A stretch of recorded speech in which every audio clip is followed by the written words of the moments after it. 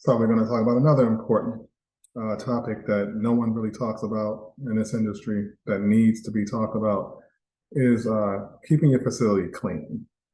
I definitely wanted to add this in. Uh, some people are clean and some people aren't, but if this is your business, you have to keep it clean. I mean, for several different reasons. You have to keep it clean. You have to have a regular cleaning schedule. It's essential for maintaining a safe, healthy, and comfortable environment for your residents. And it's just, vital for your clients' health and even your sales. You don't want people coming in your place and it smells, and you just see some like awful stuff out here. I turn away clients that I see that own a facility when I go to consult. I turn them away when I see if their places are dirty because I'm like, at the end of the day, I say you really don't care if you can walk in this place and it smells and you got people living like this. So there's nothing I can do for you. And I just send them a recommendation like, hey, you need it. This is what I saw and I can't take you on. But anyway, this regular cleaning, this helps prevent the spread of germs and infections and keeping things down. You make sure the bathrooms are clean. Make sure when you clean in a resident, you're changing linens often. And regular cleaning removes dust, allergens, pollutants that can trigger allergies. So if you always have clients that are like sneezing and you need the dust, you need to do a deep clean. This is when I said you should hire a company to just really come in. I know your staff can do it and you can do it, but it's always good to hire a company at least twice a month to come in and do a super deep clean. You'll pay for it, but it's gonna work out. You'll get clients and people will acknowledge you for having a clean place. People will notice. Trust me.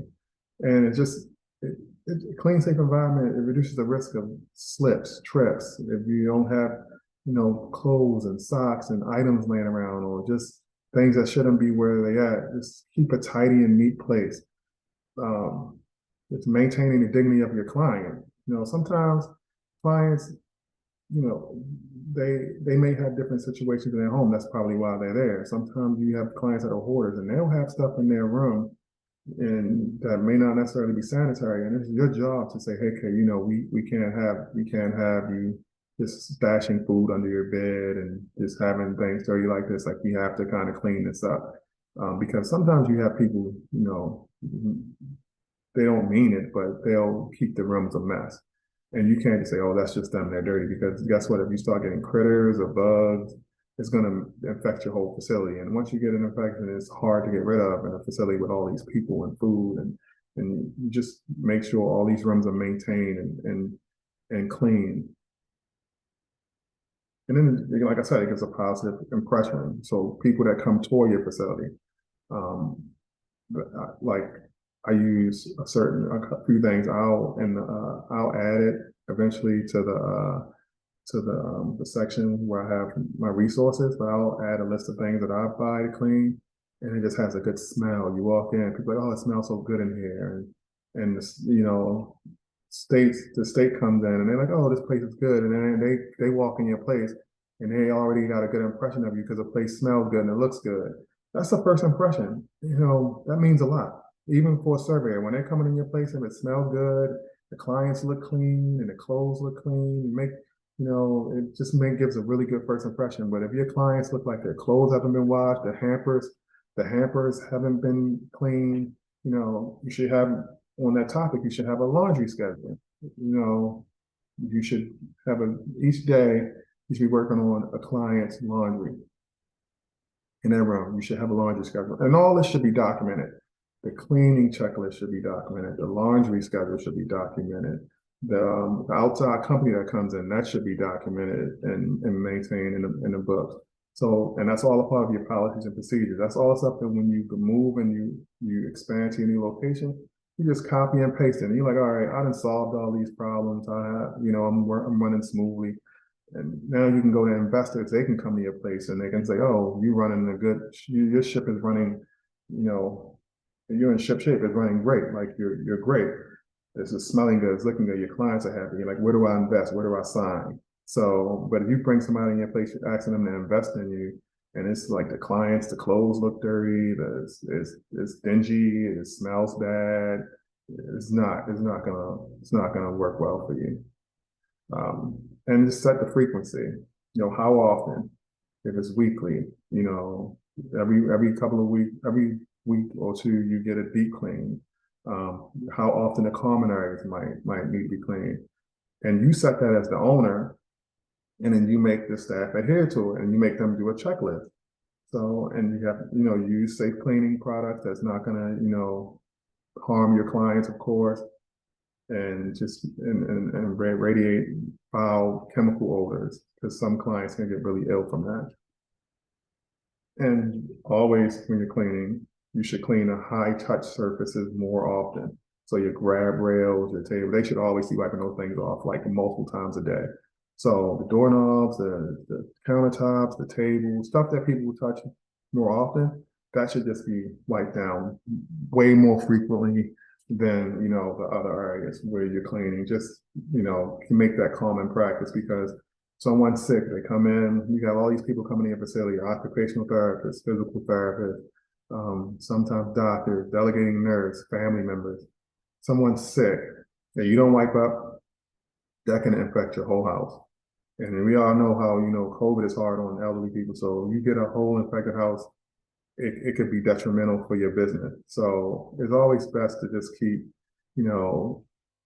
your place super clean, and it's just infection control. A lot of states, they make you take an infection control class and they tell you these things, but they don't really go into super detail. But you should definitely have a robust cleaning plan, if not for infection control, to just maintain a reputation and to make sure your clients are happy. And I already talked about laundry routine.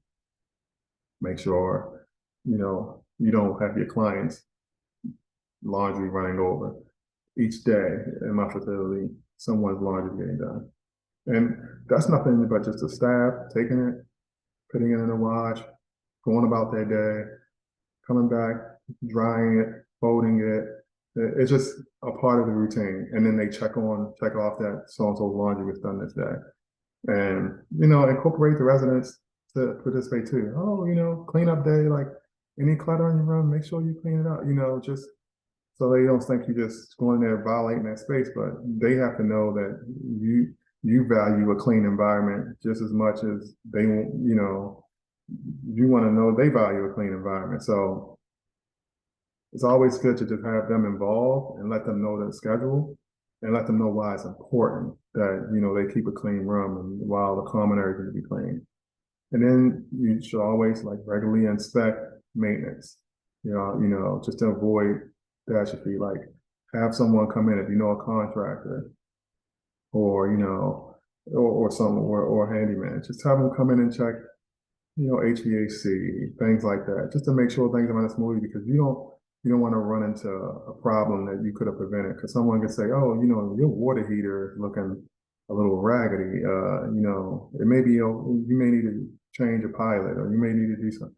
And that could have, if you're not looking at it, you never know. And then the next thing you know, something's went up and you didn't even check it. So I would just make a checklist for the systems in the house, like have your hot water heater, have your HVAC system checked, and do that once a year. It doesn't have to be often. These things can run, but if you hear any noises coming out of somewhere, let's just get that checked out because you don't want something to go up and then now you have clients living in a 100-degree house because your AC went up. So get your roof checked. Just have all that. It doesn't have to be often, but you're running a business. You need to prevent these things from happening, not wait for it to happen and then play catch up and try to get it fixed. Now you have to wait for a contractor to come out and they're going to charge you more just because they know you really need it. They know you're a business. So as long as you have some preventative maintenance done, you could have just needed to fix a part. And now you got to replace a whole system because it went up. So, train your staff to do proper cleaning and hygiene practices. That should all be in your employee manual and your policies and procedures.